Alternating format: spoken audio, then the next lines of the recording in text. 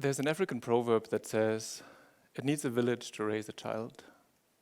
Yet there's the less known part of this proverb that says, and a whole community to keep the parents sane.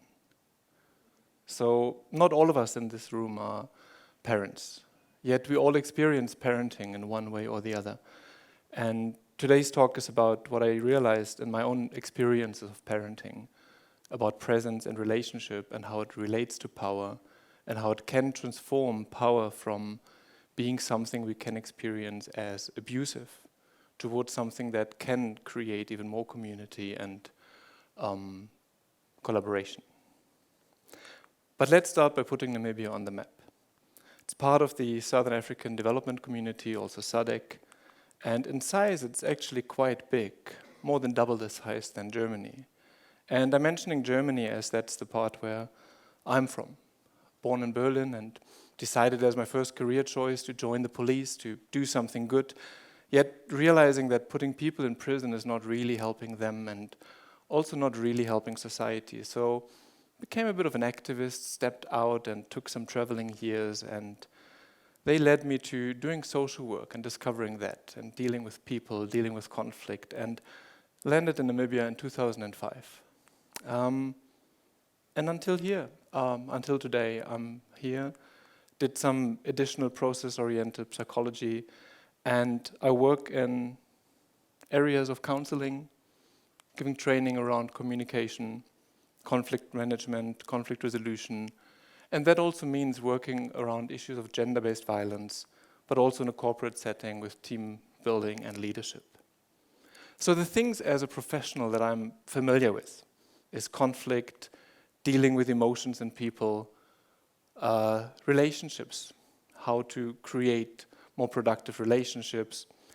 And there's an underlying theme that I noticed in all my work over the last 10 plus years, is that theme of how to move from a perception of us having power over people to actually having power with. So what is the environment that we are in? It's a beautiful country. It's a beautiful place. Not only the landscape, the people, the environment, yet it also has quite a painful and complicated past.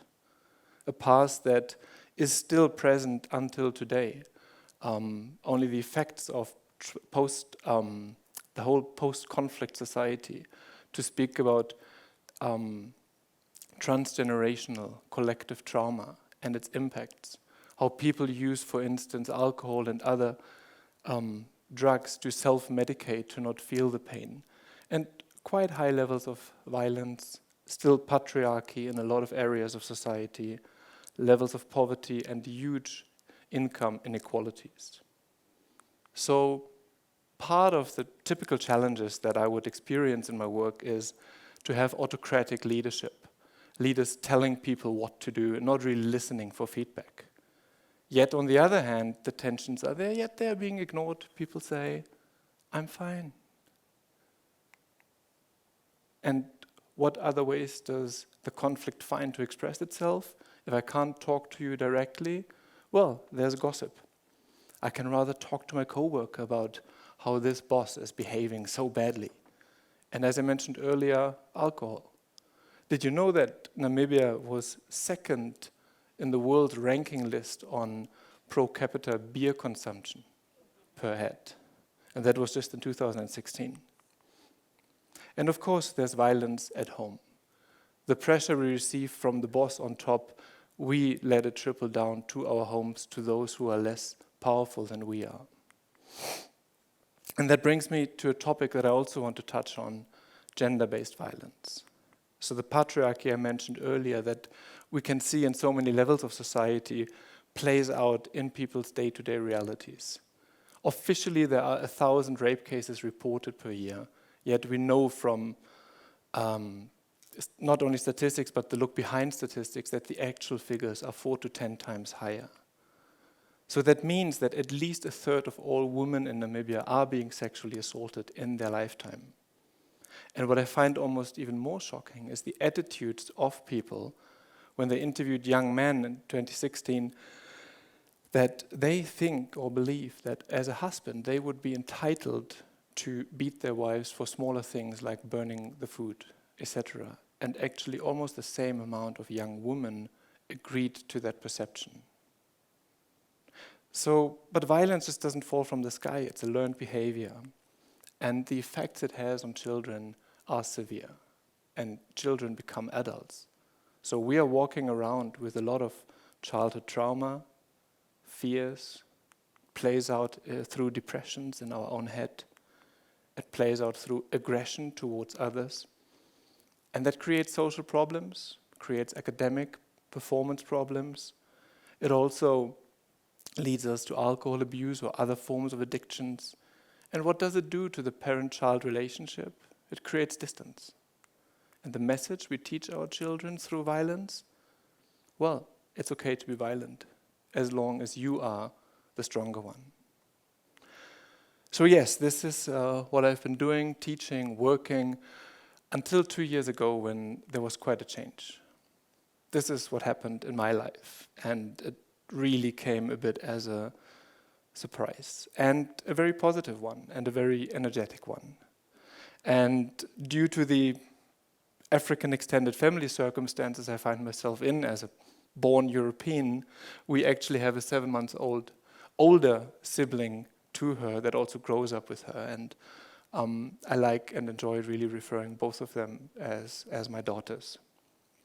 So yes, they are highly energetic, and that's wonderful. And they are highly energetic, and that's also wonderful in a way.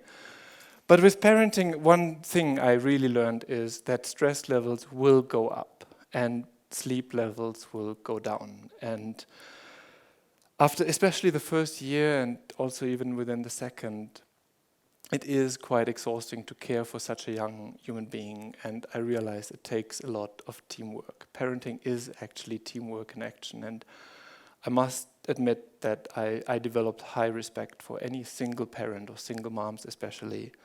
I do not know how they really cope and manage. So the challenges that I experienced on my own is how to balance time spent with the kids and time you also need to spend at work, getting an income and making sure they have what they need. And another really interesting thing I learned is the raw emotions that children have. They are natural. If they feel happy, they're happy. If they feel sad, they are sad. If they are angry and you feel it. It's not like the colleague at work that says, I'm fine. But you feel there's a ticking time bomb somewhere. No, they are raw. Yet the question is, how do you set boundaries? And not just boundaries, but boundaries in a way that is aligned to my values. And for me, it is really important to be nonviolent even in the way of setting boundaries, and those two can really be quite a handful. So the two realizations I had is, for one, being a parent is hard. As I mentioned, teamwork, and even if you are a team and have another caring community around you, you will notice that the money, for instance, you earn will run away faster like the Springboks on the $10 note. Also, does society really care for us as parents? Do we really have a work-life balance as a parent? And I found the 3-month maternal leave that we have in the Namibian system is definitely not enough. This is the 3 months, it's just the period where the bonding actually starts. And as a father, you're lucky if you get a day off on the day that the child is born. The other thing is, a coping mechanism that oftentimes is used is to put the kids in front of a screen, TV, laptop, phone, and there are dangers to that. Not only do we become addicted, but the physical challenges that are there for the brain. And do I really want to raise a generation like that? I'm not sure, or am sure. But it does require myself to reflect on my own addictive patterns of how I use my cell phone, my laptop, as a role model for them. So what we collectively decided to do is to actively install a reading culture, have fun by exploring books, and to not use technology in the first couple of years. And what we learned in the first couple of months was that one moment we woke up one morning And we saw her just climbing on the sofa, grabbing a book. I mean, it's the upside down, but it doesn't matter. She was just kind of enjoying that thing by her own. And that was one of those most valuable moments where I learned how much the role modeling really plays a role. So that is the one realization. Being a parent is hard. However, being a child is even harder. Children are like sponges. They take in everything that happens around them.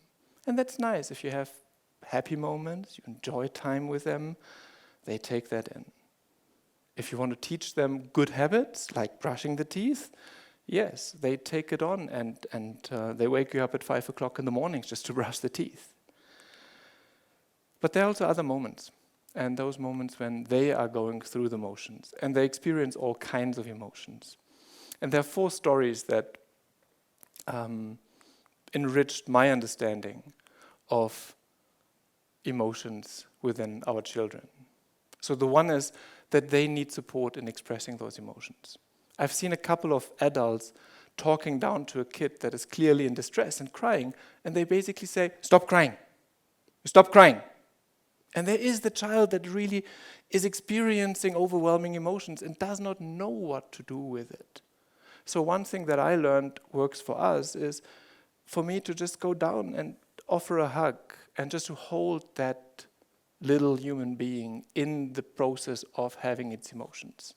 And yes, if I'm the cause for her distress, maybe I should stay away, but then I leave her to go through that time and don't tell her to stop it.